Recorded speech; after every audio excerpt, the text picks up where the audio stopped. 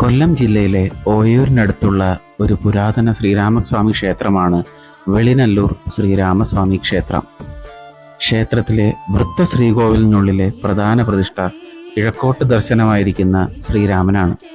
ഇതേ കോവിൽ തന്നെ പടിഞ്ഞാറോട്ട് ദർശനമായി ലക്ഷ്മണനും അനന്തഭാവത്തിൽ കുടികൊള്ളുന്നു. ക്ഷേത്രത്തിന്റെ ഏറ്റവും പ്രധാനപ്പെട്ട പ്രത്യേകത ഇത് 3 വശവും ഇത്തിക്കരയാറിനാൽ ചുറ്റപ്പെട്ട അവസ്ഥയിലാണ് എന്നുള്ളതാണ്.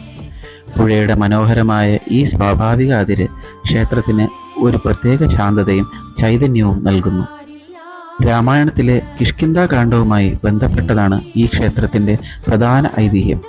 ശ്രീരാമചന്ദ്രൻ വനവാസകാലത്ത് സീതയെ അന്വേഷിച്ചലയുമ്പോൾ വെളിനല്ലൂരിലെ സുഗ്രീവന്റെ വാസസ്ഥലമായ ഉഗ്രംകുന്ന് എന്ന സ്ഥലത്ത് എത്തിച്ചേരുകയും അദ്ദേഹത്തെ പരിചയപ്പെടുകയും ചെയ്തു.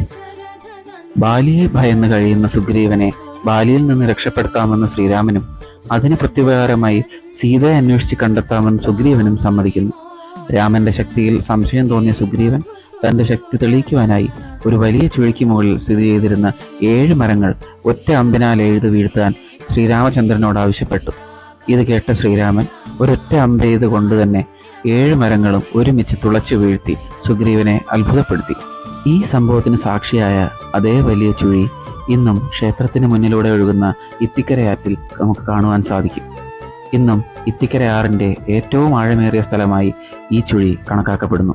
ഈ ക്ഷേത്രത്തിലെ മറ്റു ഉപദേവതകളായി ദുർഗാദേവി, ഇണ്ടിളയപ്പൻ, ഗണപതി, സരസ്വതി ദേവി, നാഗരാജാവ് എന്നിവരെ ആരാധിച്ചു പോരുന്നു. ഇവിടുത്തെ ഇണ്ടിളയപ്പന് സമർപ്പിക്കുന്ന ഏറ്റവും അപൂർവവും പ്രസിദ്ധവുമായ വഴിപാടാണ് നായ്വയ്പ്. ചർമ്മരോഗങ്ങൾ, വിഷഭയം, മറ്റ് ശാരീരിക അസ്വസ്ഥതകൾ എന്നിവ മാറാനാണ് ഈ വഴിപാട് ഇണ്ടിളയപ്പന് ഭക്തർ നടത്തുന്നത്. മേടത്തിലെ തിരുവോണം നാളിൽ കൊടിയേറി 10 ദിവസം നീണ്ടു നിൽക്കുന്ന വാർഷിക മഹോത്സവമാണ് ക്ഷേത്രത്തിലുള്ളത്. പള്ളിനായാട്ട്, ആറാട്ട്, വിവിധ സാംസ്കാരിക പരിപാടികൾ എന്നിവ ഉത്സവ നാളുകൾ ഈ ക്ഷേത്രത്തിൽ നടത്തുന്നു.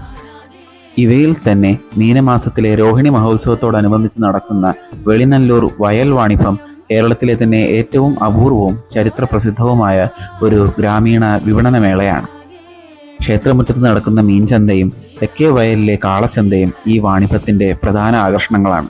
വെളിനല്ലൂരിൽ രോഹിണി നാളിൽ ക്ഷേത്രമുറ്റത്ത് പുലർച്ചെ 3 മണി മുതൽ വൻ മീൻചന്ത നടക്കുന്നത് അപൂർവ കാഴ്ചയാണ്.